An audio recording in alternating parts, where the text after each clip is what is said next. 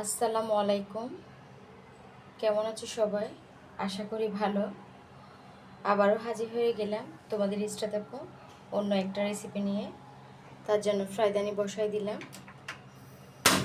চুলা অন করে দিলাম। আজকে আমি রান্না করব গ্রাম অঞ্চলে এই মাছটাকে বলা হয় বাচা মাছ বা পাবদা মাছ, যেটাই বলে সবাই। আশা করি দেখতে পাচ্ছ।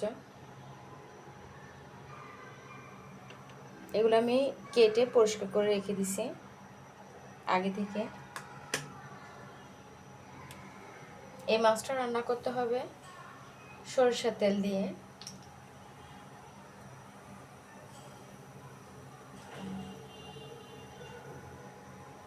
আমার ফ্রাইদানি গরম হয়ে গেছে। আমি এখানে পরিমাণ মতো সরষের তেল দিয়ে দিব। আমি আজকে রান্না করব মাছের টক টক ঝাল।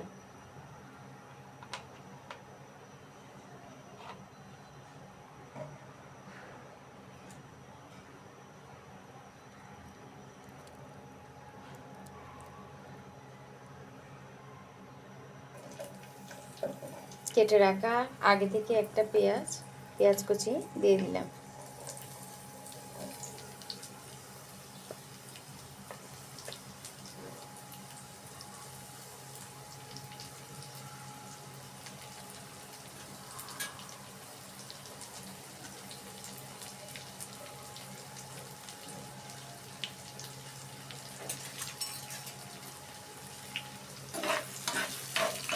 ভালোভাবে নাড়তে থাকবো যাতে কালার আসে সুন্দর একটা।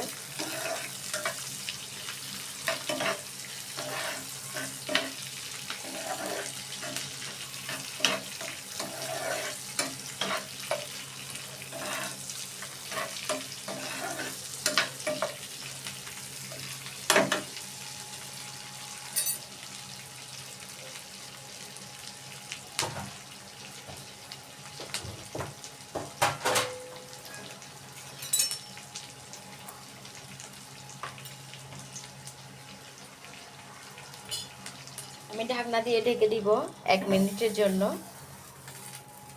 1 মিনিট পর আবারও আসতেছি। চলে আসলাম 1 মিনিট পর। দেখতেই পাচ্ছ পেঁয়াজের কালারটা যখন এরকম আসবে এর মধ্যে আমি দিয়ে দিব 1 চা চামচের মতো পেঁয়াজ বাটা।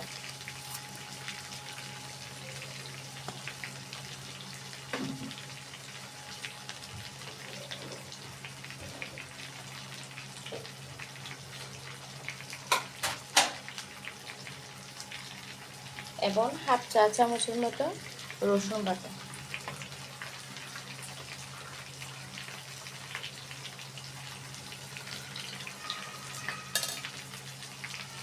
সাথে দিয়ে দিব আগে থেকে কেটে রাখা একটা টমেটো।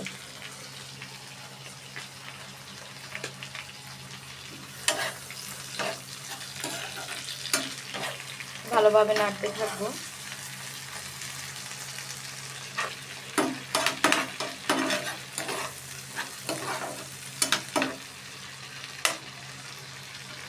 আমি এভাবে রেখে দিব আরো 2 মিনিট। আবারও ঢাকনা দিয়ে ঢেকে দিলাম। 2 মিনিট পর আবারও আসতেছি। 2 মিনিট পর আবারও চলে আসলাম।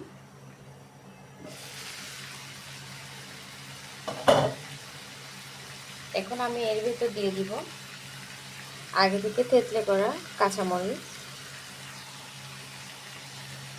5-6টা কাঁচামরিচ দিয়ে দিলাম। সাথে দিয়ে দিব আমরা তো সবাই আমরা চিনি, এখন প্রচুর বাজারে আমরা পাওয়া যায়। কারণ আমি আজকে এটা মাছের টক করব, তো সেজন্য আবার এখানে আমড়াটা ব্যবহার করছি। আপনারা চাইলেন এই অন্যান্য টক জাতীয় ফলও ব্যবহার করতে পারেন। রান্নাটা পুরোটাই হবে সরষের তেল এবং আমড়ার উপর। আপনারা আপনাদের পছন্দ মতো আমড়ার পরিমাণটা কম বেশি দিতে পারেন। আমি এখানে একটাই আমড়া দিলাম।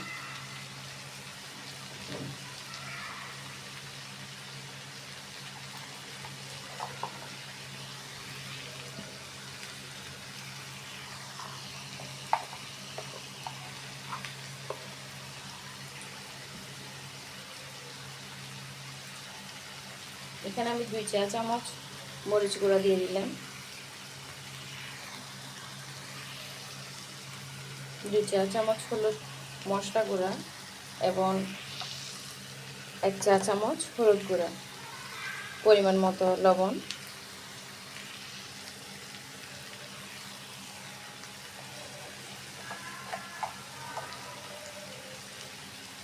দিয়ে দিলাম।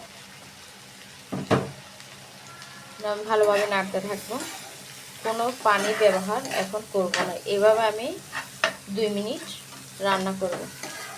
চুলার আঁচটা মিডিয়ামে রাখতে হবে যাতে মশলা পুড়ে না যায়।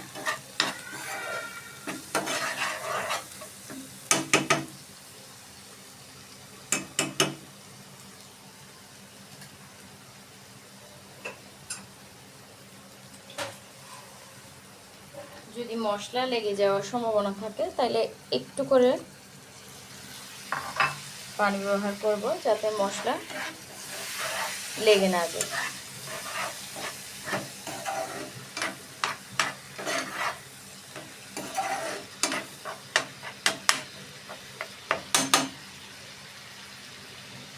এভাবে 2 মিনিট রান্না করব। 2 মিনিট পর আবারও আসতেছে। 2 মিনিট পর আবারও চলে আসলাম।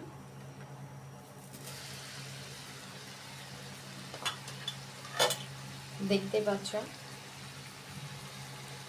মশলার কালারটা যখন এরকম চলে আসবে তখন আমরা এর ভেতর পানি দিয়ে দিব পরিমাণ মতো। মাছটা সিদ্ধ হতে ঠিক যতটুকু পানির প্রয়োজন হবে ততটুকুই দিব। তোমরা দেখে বুঝতে পারতেছ।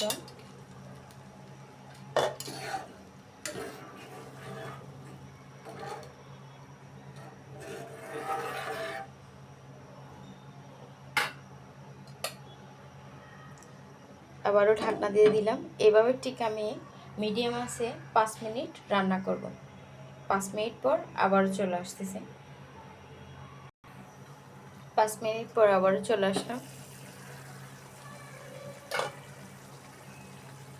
দেখতে পাচ্ছ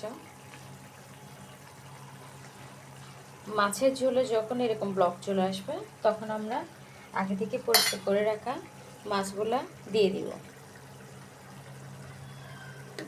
মাথায় রাখতে হবে মাছগুলো কিন্তু প্রচুর নরম, সেজন্য আমাদের আলতো আলতো করে বসাই দিতে হবে এবং চামচ দিয়ে বেশি নাড়াচাড়া করা যাবে না, তাইলে মাছগুলো ভেঙে যাবে।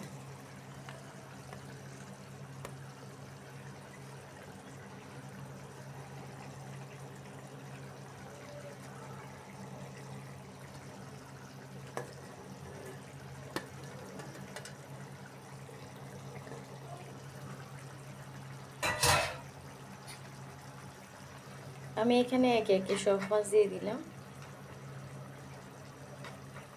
ছোট চামচ দিয়ে মাছটা নাড়ার সময় ছোট চামচ ব্যবহার করার চেষ্টা করবেন, বড় চামচে মাছ ভেঙে যাওয়ার সম্ভাবনা থাকে যে কোনো মাছের ক্ষেত্রে।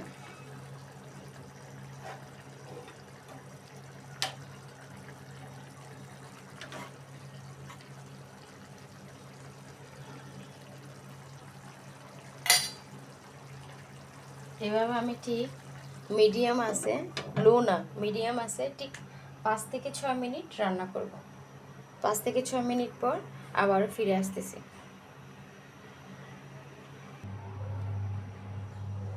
চলে আসলাম 5 থেকে 6 মিনিট পর। আমার রান্না প্রায় কমপ্লিট, দেখতেই পাচ্ছ।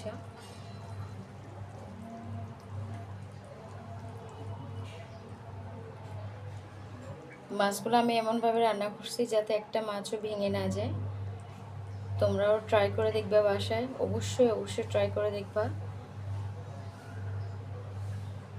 আপুর চ্যানেলটা সাবস্ক্রাইব করে দিবা। সবাই ভালো থাকবা, সুস্থ থাকবা। আবার হাজির হব অন্য কোনো রেসিপি নিয়ে। ততক্ষণ সবাই ভালো থাকবেন। আল্লাহ হাফেজ।